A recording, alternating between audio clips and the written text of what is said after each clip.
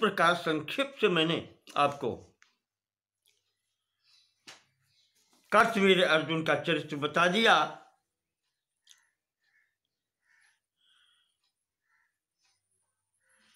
कहते हैं कि कार्तवीर्य अर्जुन के यज्ञ, दान, तप, विनम्रता और विद्या, इसकी समता कोई राजा नहीं कर सकता।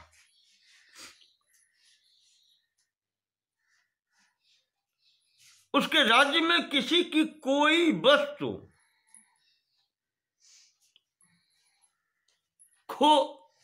खोई नहीं जाती थी, न कोई ले सकता था।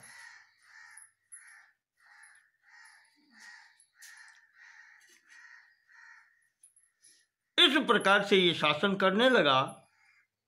एक दिन की घटना है, सहस्त्रबाहु अर्जुन नर्मदा नदी में जल क्रीड़ा कर रहा था, नहा रहा था अपनी।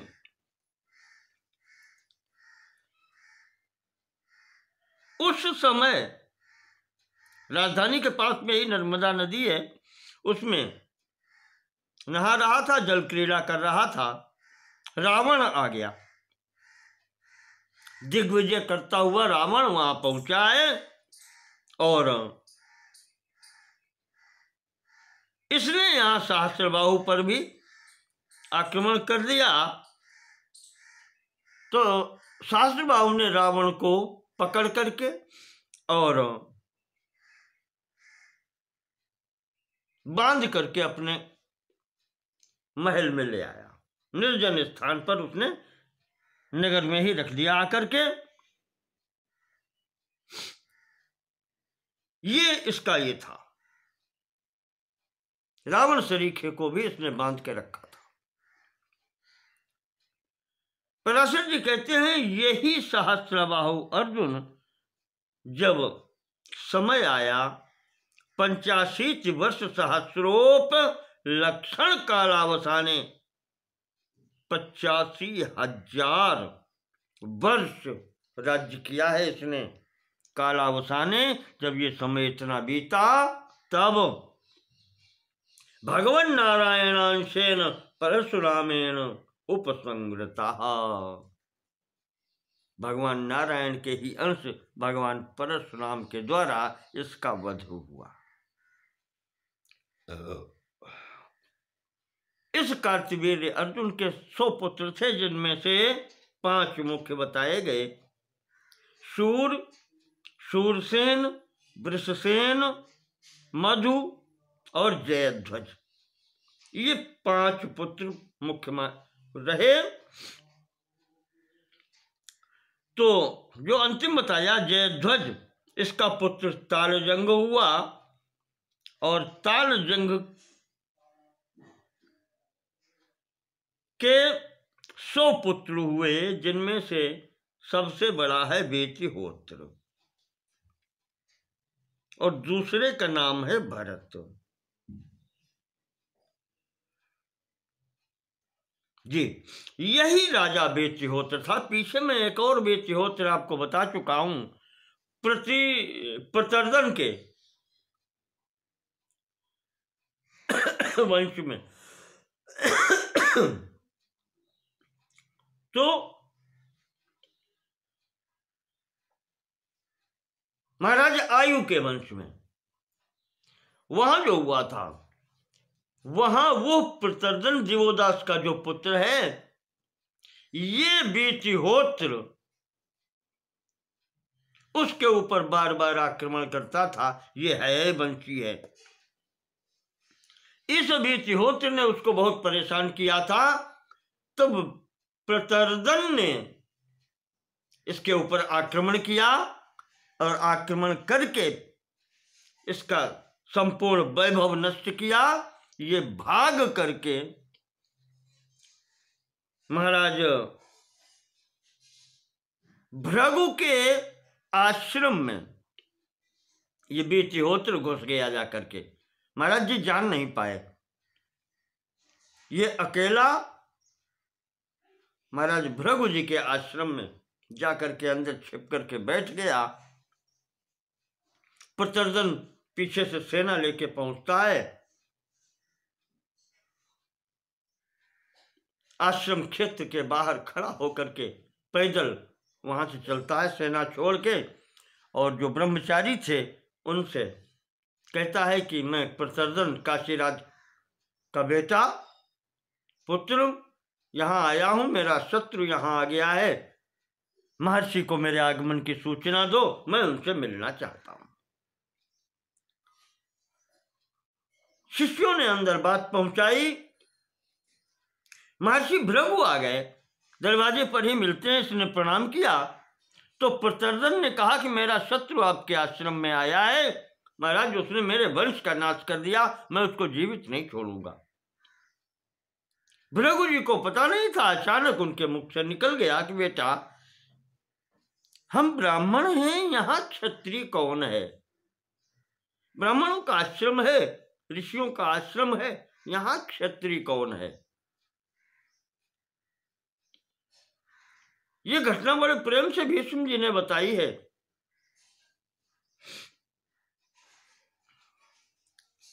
संभवतः युधिष्ठिर जी को बताई है। महाभारत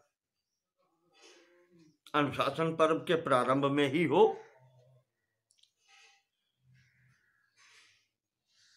तो उन्होंने कहा कि महर्षि भृगु के मुख से ये निकल गया कि यहाँ ब्राह्मण ही रहते हैं, कोई क्षत्रिय नहीं है। उन महर्षि भृगु के कहने मात्र से ये क्षत्रिय राजा वितिहोत्र ब्राह्मण हो गया,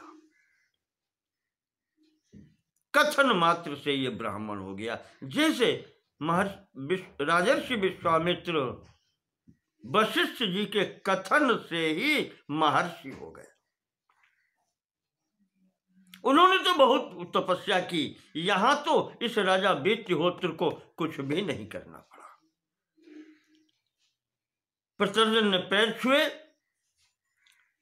भृगु जी के और कहा कि महाराज हमें संतुष्टि हो गई, मेरा शत्रु नष्ट हो गया, मैंने जान लिया।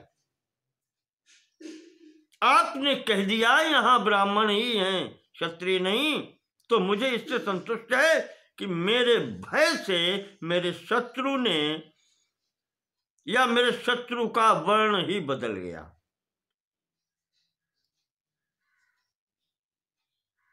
क्षत्रिय से ब्राह्मण हो गया मेरे भय के कारण, मुझे संतुष्टि हो गई।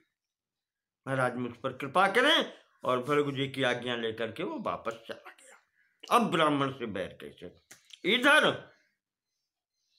इसके वितिहोत्र के ऊपर इतना बड़ा प्रभाव पड़ा, फिर ये आश्रम छोड़ के घर नहीं गया, वहीं से उसने क्या पत्र दे दिया, ब्राह्मण हो गया, यहीं से ये ब्राह्मण हो गया।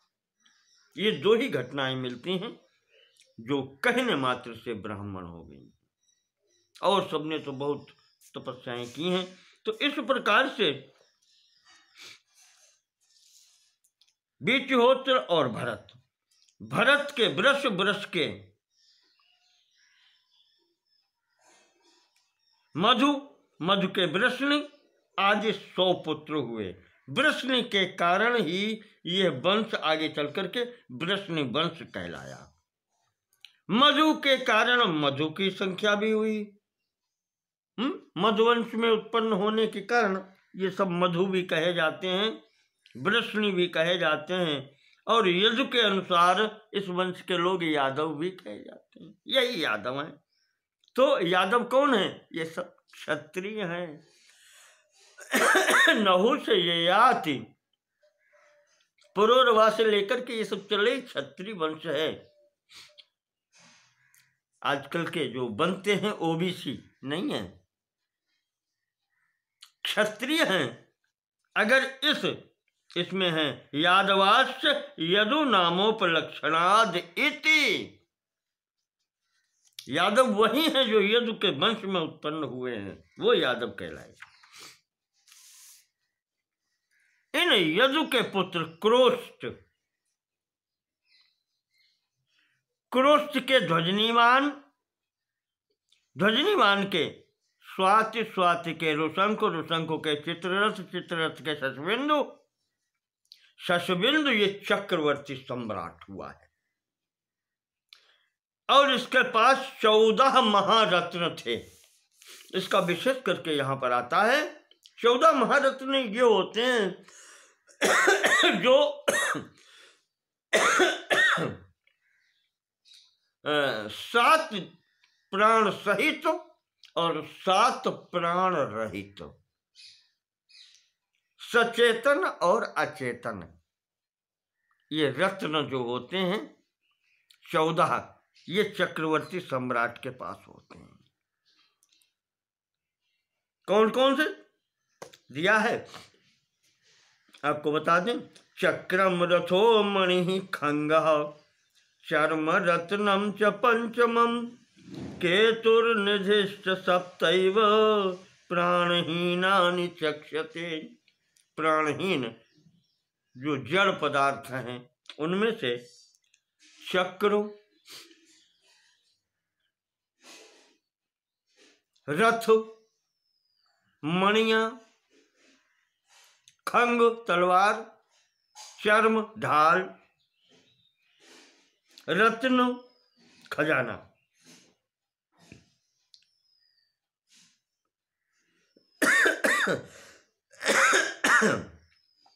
तो चक्र, रथ, मणि, खंग, चर्म यानी ढाल, ध्वजा और निधि। ध्वजा केतु जिसको कहते हैं, झंडा जिसको होता है, और निधि यानी खजाना। ये 7 जड़ पदार्थ हैं। और 7 कौन कौन से?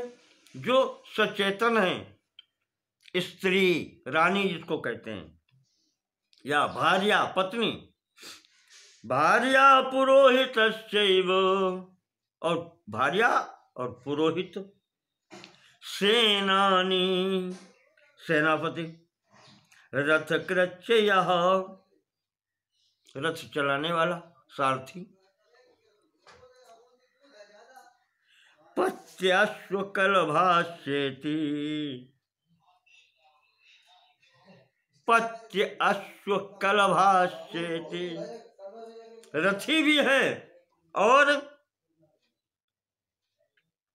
पैदल सेना भी जिसके पास हो, घुड़सवार सेना भी जिसके पास हो, अश्व, और कलभाति, कलभ हाथी, हाथियों की सेना भी हो जिसके पास। प्राणिनः सप्तकीर्तिताम्, ये 7 वस्तुएं सचेतन होती हैं। पत्नी, पुरोहित, सेनापति, रथ वाले, पैदल, घुड़सवार और हाथियों की सेना, ये 7। और 7वें प्रथम 14 रत्न होते हैं। ये जिसके पास होते हैं वो चक्रवर्ती सम्राट होता है। इन महाराज शशबिंदु के बहुत से पुत्र हुए, जिनमें मुख्य 6 पृथुश्रवा, पृथुकर्मा, पृथुकेर्ति, पृथुषा, पृथुजय, पृथुदान, ये 6 पुत्र मुख्य हैं। इसमें पृथुश्रवा के पृथुतम और उसका पुत्र उशना, जिसने 100 अश्वमेध यज्ञ किए। इस उशना के सितिप नाम का पुत्र हुआ। सितिप के रुक्म कवच, रुक्म कवच के पराव्रत तथा पराव्रत के रुक्मेश, पृथु, ज्यामघ, वलिद और हरित नामक 5 पुत्र हुए। इनमें से ज्यामघ के विषय में अब भी ये श्लोक गाया जाता है। ज्यामघ की प्रसिद्धि इसमें है कि संसार में स्त्रियों से डरने वाले जितने भी पुरुष हैं, उनमें महाराज ज्यामघ का नाम सर्वप्रथम आता है।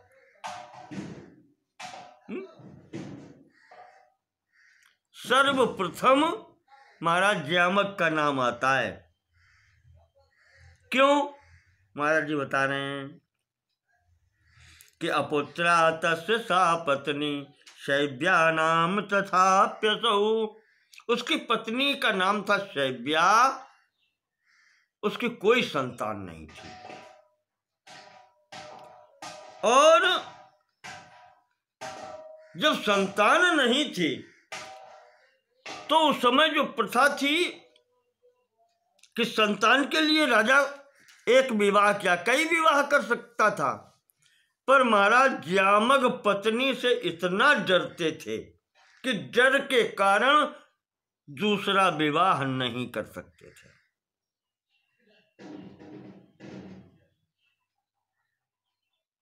अपत्य कामोपि भयात न अन्याम भार्याम अविंदत।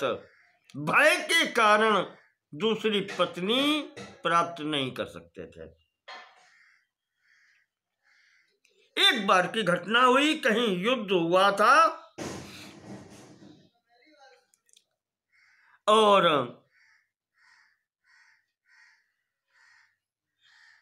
युद्ध क्षेत्र में महाराज ज्यामग ने विपक्ष को हराया, सब लोग भाग गए। तो वहां पर एक राजकन्या थी जो बहुत भयभीत हो गई थी, रो रही थी। उसको रोते देखा तो महाराज ज्यामग ने उसको अपने सांत्वना दी, अपने रथ पर बिठा लिया और लेकर के घर पर आ गए।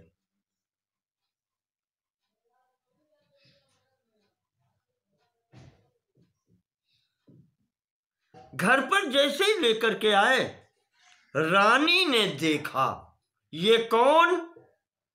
अब तो राजा के हिम्मत जवाब दे गई। क्या बताएं अब रानी के समक्ष।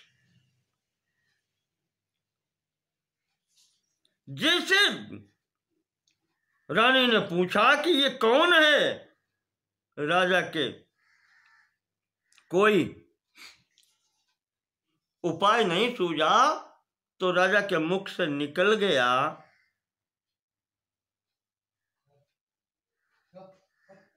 असौ अपि अनालोचितोत्तर वचनो अति भयात ताम आह।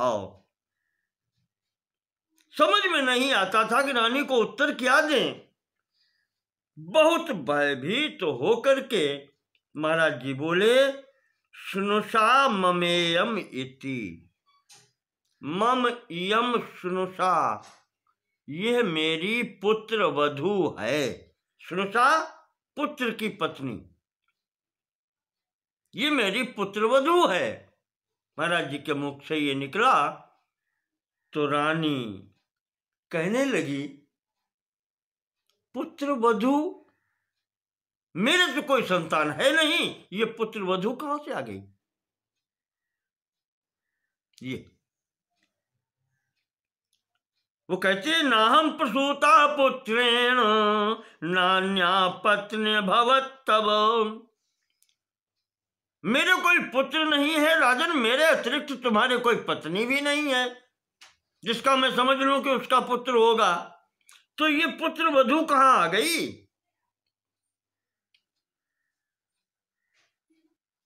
तो पराशर जी कहते हैं कि मैत्रेय, इस प्रकार से जब रानी ने कहा ज्यामक से, राजा से, तो राजा ने अब क्या करें।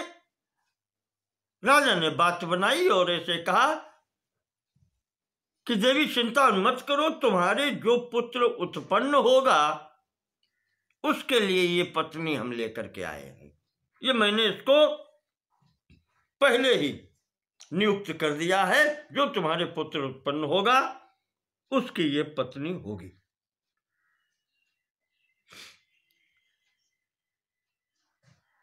अब रानी मुस्कुराई,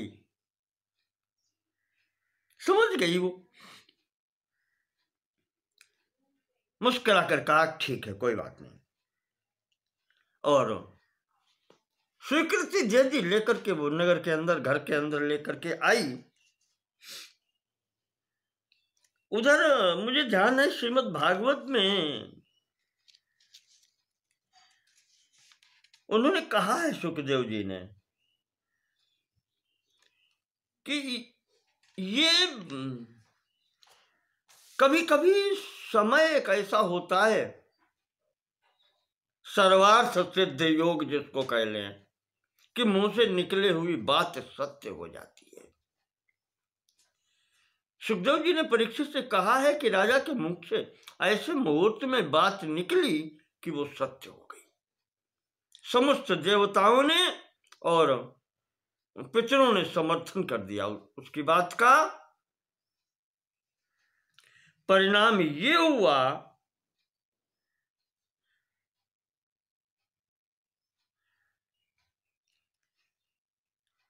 कि इस वार्तालाप के व्यवहार से ही ये बात सत्य हुई। काले शैव्या स्वल्पै रेवाहो भीर गर्भम अवाप।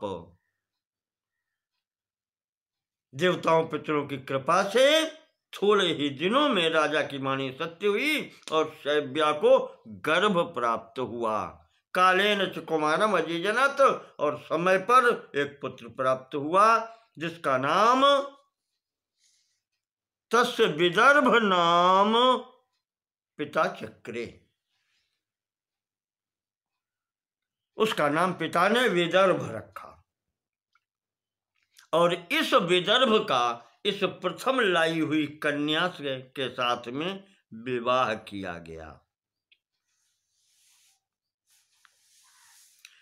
तो इस कन्या से विदर्भ के दो पुत्र हुए, कृथ और कैशिक, और एक तीसरा पुत्र और हुआ रोमपाद नाम का। 3 पुत्र हुए विदर्भ के, कृथ, कैशिक और रोमपाद।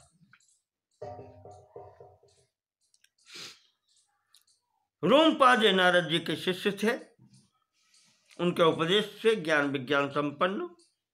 रोमपाद के बब्रू हुए, बब्रू के धृति, धृति के कैशिक, कैशिक के चेद, और चेद के वंश में ये चैद्य राजा हुए। चेदी देश, उन्होंने, उनके देश का नाम भी चेदी था, और उस वंश में शिशुपाल इत्यादि ये चैद्य कहे गए हैं। ये उस परिवार का ये हुआ।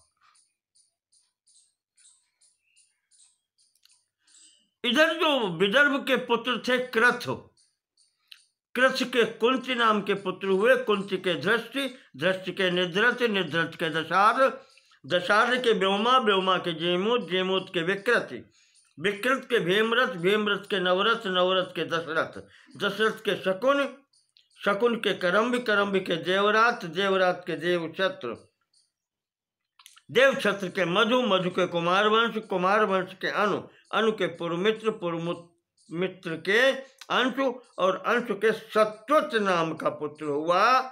और सत्वत यही है जिनका आगे चल करके सात्वत वंश कहा जाता है।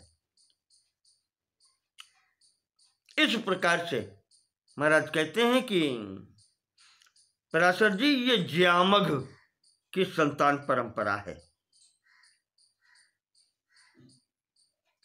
आगे सात्वत वंश की परंपरा में सत्वत महाराज जो थे, इनके भजन, भजमान, दिव्य, अंधक,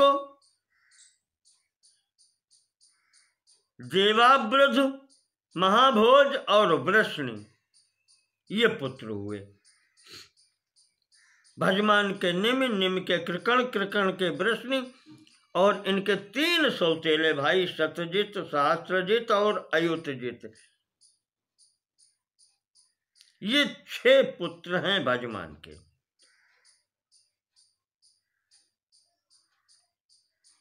देवाव्रत के बभ्रुम नामक पुत्र हुआ।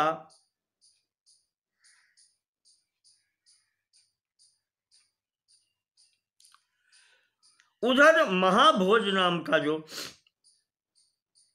पुत्र है सत्वत का, उसके संतान में ये सब भोजवंशी और मृत्तिकावरपुर निवासी मृत्तिकावर नृपति राजा लोग हुए।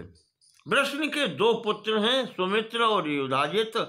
उसमें से सुमित्र के अनमित्र, अनमित्र के निघ्न, निघ्न से प्रसेन और सत्राजित। ये वही सत्राजित है। प्रसेनजित जो द्वारिका में जिसके पास मणि थी और जिसके कारण भगवान को कलंक लगा था।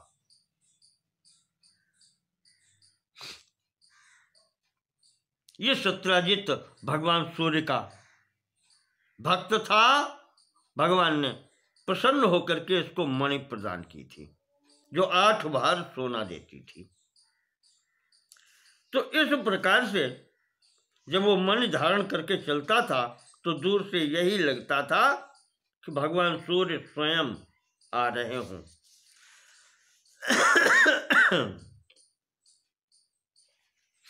और यहां पर वही घटना दी गई है जो इस सत्राजित का भाई प्रसेनजित ये मणि पहन करके जंगल में गया, मारा गया सिंह के द्वारा। सिंह से मणि जामवंत जी को मिली, भगवान कृष्ण पर कलंक लगा। भगवान जाकर के यहाँ पर वो मणि प्राप्त करते हैं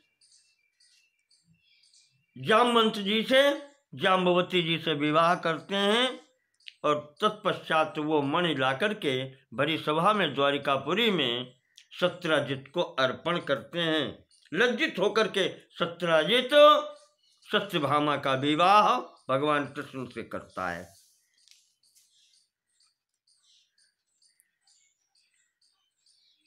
इस प्रकार से यहां सत्राजित के ये मणि के संबंध की कथा आई। भगवान के 2 विवाहों की कथा भी यहां पर आ गई।